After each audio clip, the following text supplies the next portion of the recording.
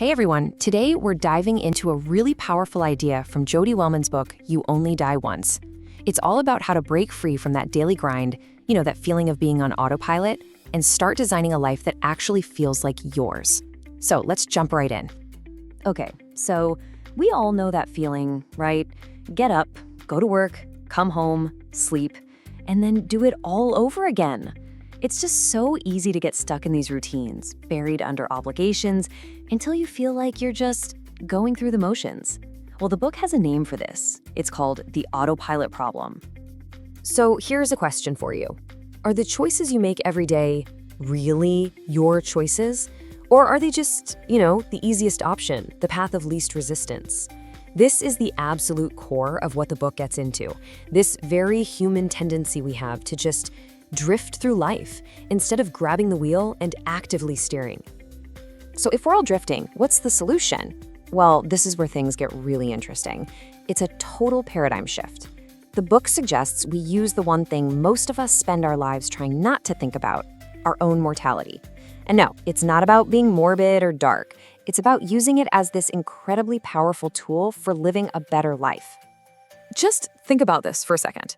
The common view is that death is something to fear, something to avoid talking about at all costs. But this book, it flips that idea completely on its head. It says that by actually acknowledging that our time here is limited, we suddenly get this incredible clarity on what truly matters. It becomes the ultimate motivator to stop wasting the precious time we have. And look, this isn't about being reckless, live fast, die young. It's about expansive living. It's about realizing there's a finish line. And that awareness gives you the courage to run the race you actually want to run, not just the one you kind of stumbled onto along the way. All right, so this all sounds great in theory, but how do we actually do it? Well, the book lays out a really practical action plan, and we're going to start with the inner work. This is the foundation, the stuff you got to get right inside your own head before you can start changing things on the outside. So these first 3 steps, they're all about reflection. First, you have to consciously face the fact that life isn't permanent. Then, from there, you get super clear on what you actually stand for, what your values are. And finally, you create what's called a meaningful life inventory, which is basically figuring out what a fully lived life would even look like for you. Let's zoom in on that second step for a minute, clarifying your core values. What we're talking about here are the, say, 3 to 5 principles that are totally non-negotiable for you. Things like creativity or freedom or family. When you know what these are, it's like having a compass that can guide every single decision you make. And this is where the rubber really meets the road. Once you know what your values are, you have to take a hard, honest look at your life. If you say you value freedom, but your calendar is jam-packed with things you absolutely dread doing, well, there's a disconnect, right? The whole goal here is to start closing that gap between what you say you value and how you actually live. Okay, so now that we've covered the inner work, let's switch gears and talk about the outer life. This is where we take all that self-reflection and turn it into tangible, real-world action. This is about actually shaping your day-to-day experience. The next set of steps are all about action. We're talking about prioritizing bold living, which means actively choosing things that excite you over things you feel obligated to do. It's about practicing daily presence, actually being in the moment. And crucially, it's about strengthening your relationships by investing your time in the people who really, truly matter. And living boldly can sound intimidating, but it can be surprisingly simple. Sometimes just saying no to something that completely drains your energy is just as bold and powerful as saying yes to some big adventure. Oh, and look at that last point. Don't postpone reconciliation. That's a huge part of this.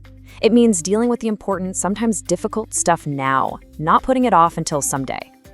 Now look, trying to change your entire life all at once is, well, it's completely overwhelming, right? So the book offers this really cool practical tool. Think of your life in seasons. Maybe for the next 3 months, you're in your health season. And in the summer could be your creative project season. Breaking it down like this makes growth feel way more manageable and honestly kind of fun. And all of this, the inner work, the outer actions, it all leads to the final and maybe the most profound piece of the puzzle, living your legacy. This is where you shift from just thinking about the next week or the next month to really focusing on the kind of impact you want to leave behind. And this is the big one. It's the ultimate question. This isn't about, building a giant monument to yourself. It's about you defining what a meaningful, complete, fully lived life would actually feel like to you. What are the stories you want people to tell about you? What's the impact you want to have had on the world, on the people you love? So how do you make that grand, epic vision a reality? It's simple, but not easy. You connect it to right now, to today. If you want to be remembered as a great friend, well, did you act like one today? If your legacy is about contribution, what did you contribute today? It's all about bringing that epic, long-term vision right down into your daily actions. And that's really the ultimate call to action here. That word someday, it's an absolute dream killer. What this book is urging us to do is to bring that sense of urgency, that sense of purpose into the here and now. Don't just sit around planning the life you want. You have to start living it. So at the end of the day, that's the core message. Your life isn't happening someday in the future. It's happening right now in this moment.